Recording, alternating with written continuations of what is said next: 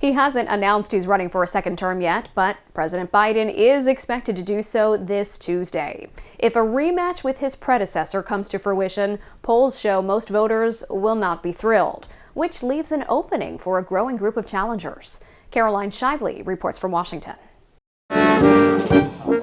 Reporters pressed President Biden about 2024 at this Rose Garden event Monday. You can't hear him over the band, but he says, "You'll know real soon about my election plans." Then later in the Oval Office, "Stay tuned." But he said nothing officially.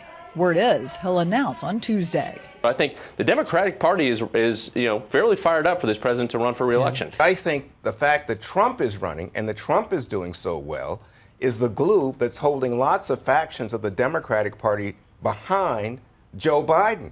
But are they? A Fox poll last month shows that only 44% of Democrats want Biden as the nominee. In that same poll, 54% of Republicans want Donald Trump as their nominee, a jump from the month before.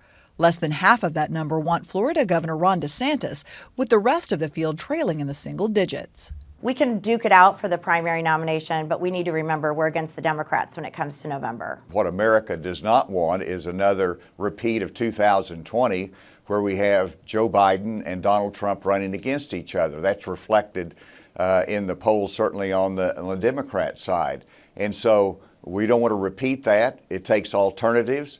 A recent Wall Street Journal poll shows in a head-to-head matchup, Mr. Biden would beat Mr. Trump by about 3 points. In Washington, Caroline Shively, Fox News.